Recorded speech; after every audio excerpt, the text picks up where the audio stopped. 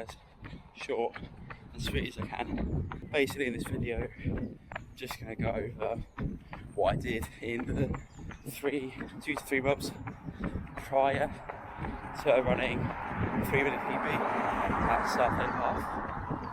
So, just going to keep the points really short and sweet, try not to waffle too much.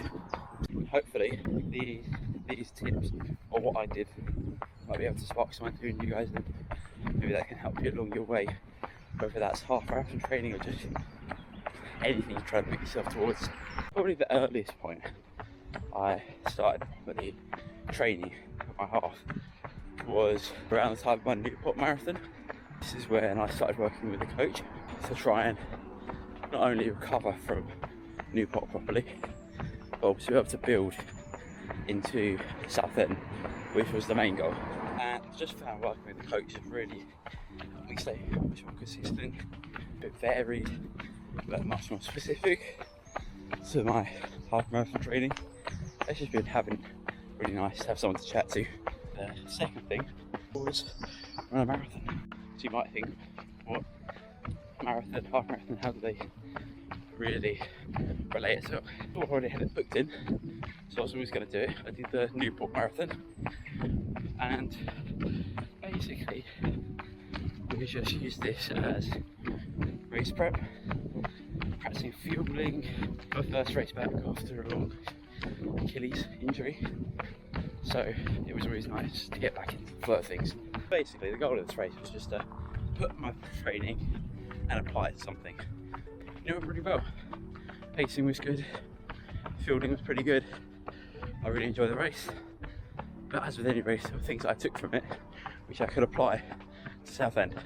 Third thing that I did, I took a lot of time off after Newport, both to recover physically, marathon, legs were shattered, but also mentally. I think it's something people underrate a lot, especially after 12 weeks of marathon training, really intense, sticking to plans.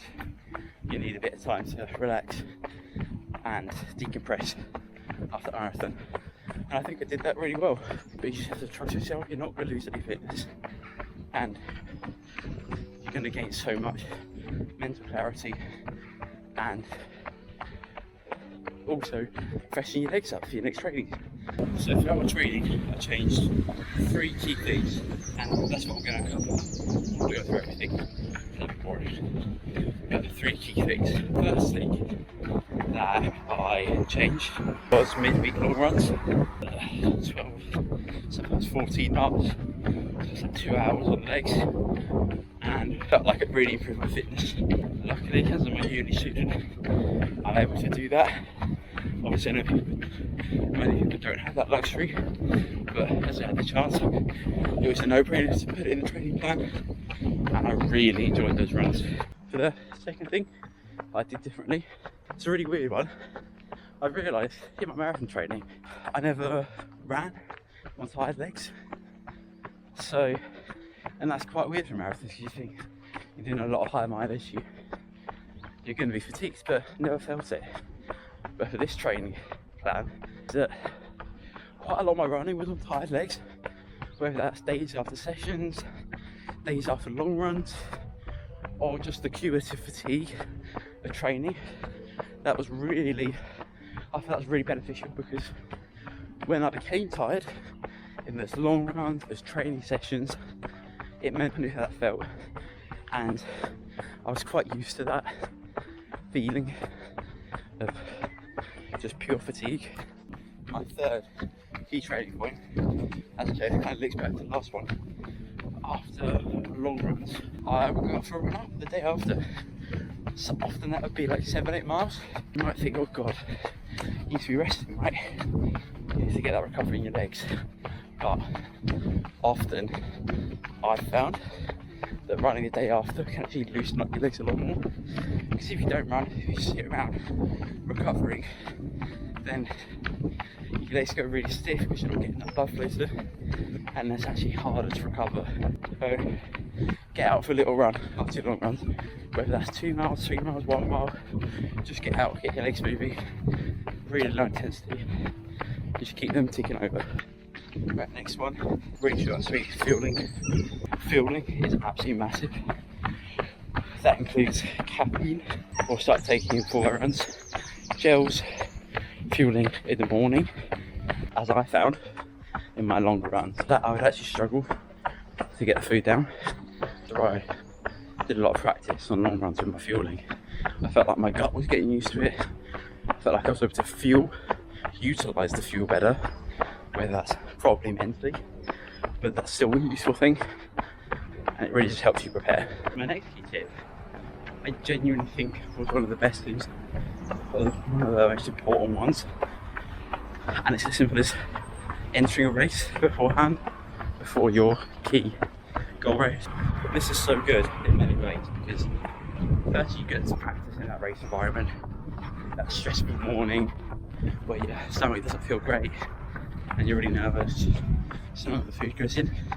That's a really important environment to work in, practicing, but also your pacing during the run. It's really easy to get pulled by people and kind of convince yourself that you need to go, but learning to trust your own pacing and trust yourself is so key. My last key point, again, simple but often got wrong, is the taper.